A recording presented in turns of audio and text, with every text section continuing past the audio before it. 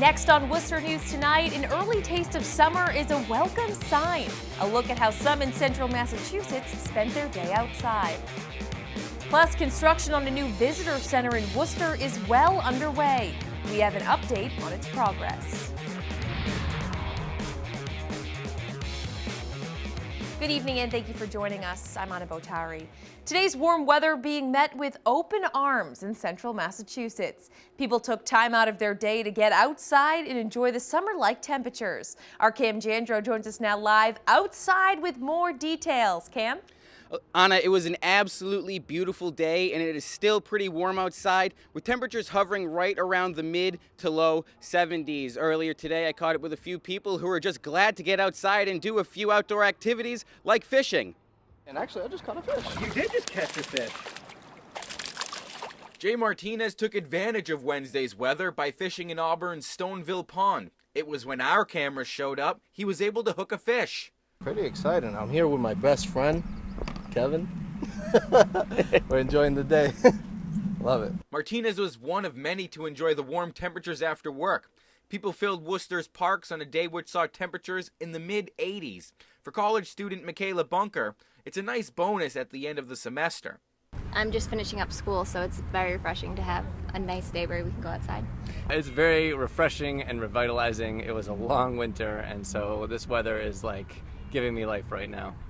Worcester came close, but did not break a record for heat on Wednesday. Some say they had the date circled on their calendar after seeing the forecast. We had it planned already that we were going to come here after I got off of work, and when she was done with all her school stuff, we were going to come to the park and hang out.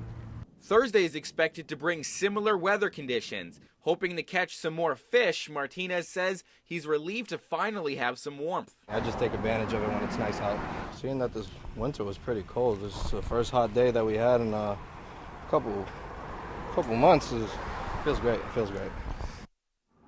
And while the record wasn't broken today, central Massachusetts will have another shot tomorrow with temperatures in the 80s expected to make a return. And for those wondering, the fish that was captured today was safely released back into the pond. Anna? Thanks for that, Cam. With the warm weather making an appearance in central Massachusetts, authorities are warning residents to be safe near water. The Department of Conservation and Recreation says while temperatures may be high, water can still be dangerously cold this time of year. Massachusetts lakes and ponds are still in the 40s and 50s, and hypothermia can set in as early as 15 to 30 minutes. Some took to Regatta Point Wednesday afternoon to enjoy the beach, but say they're being careful near the water. Yeah, it's pretty cold. She's not in a swimsuit, so she's just kind of wading in it. I wouldn't put her in this water. It's too cold. Not longer than probably 5 minutes, because she'd start freezing. Well, we'll have more on the full forecast coming up later in the show. An abandoned campfire and a windy day lead to a brush fire in Leicester. Leicester and Paxton fire crews battled the flames on Henshaw Street Wednesday afternoon. Chief Robert Wilson says homeowners did not properly put out a fire in their fire pit the night before, and wind blew it through the woods. The problem was, this thing had burned for quite a while, and it was getting over behind the house in a garage at number 173. We had to knock that down pretty quick, and then we were able to start working on the perimeter fire and get it knocked down. Chief Wilson says multiple acres were affected, making conditions challenging. If you've driven down 146 lately, you may have noticed the site of the new Blackstone Heritage Corridor Worcester Visitor Center starting to take shape. Acting Executive Director Devin Kurtz says this is 10 years in the making, but plans really got started going 4 years ago. He says there's a lot of work to do this spring and summer as the beginning has not brought ideal weather for construction. The building is up and crews worked on the roof and windows Wednesday. Kurtz says the visitor center will not only change the atmosphere for the immediate community, but for those visiting Worcester and Rhode Island as well.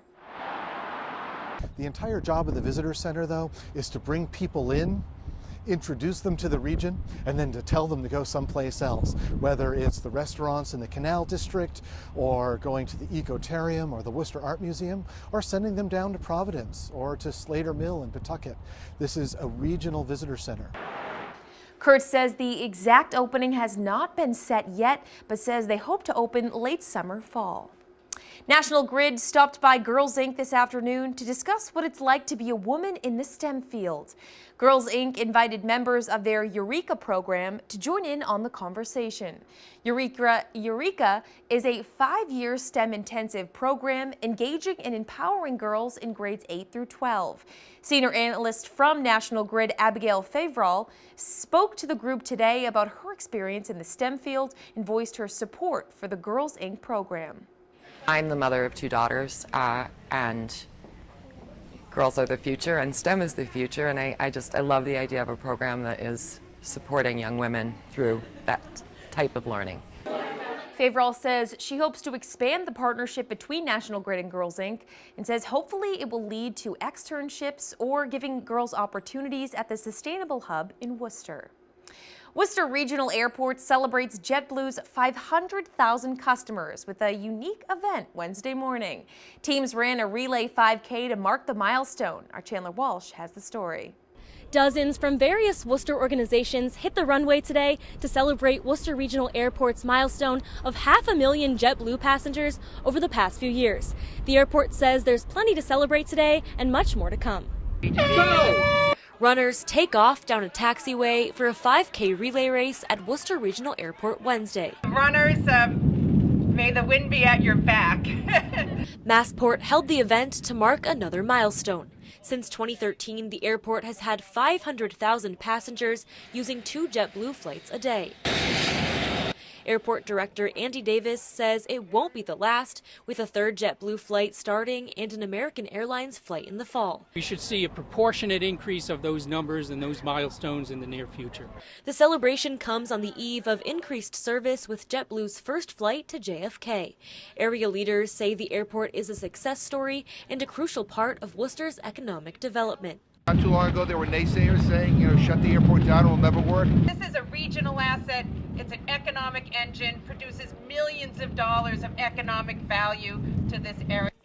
7 teams of 5 from around Worcester passed their baton from teammate to teammate, running a kilometer each.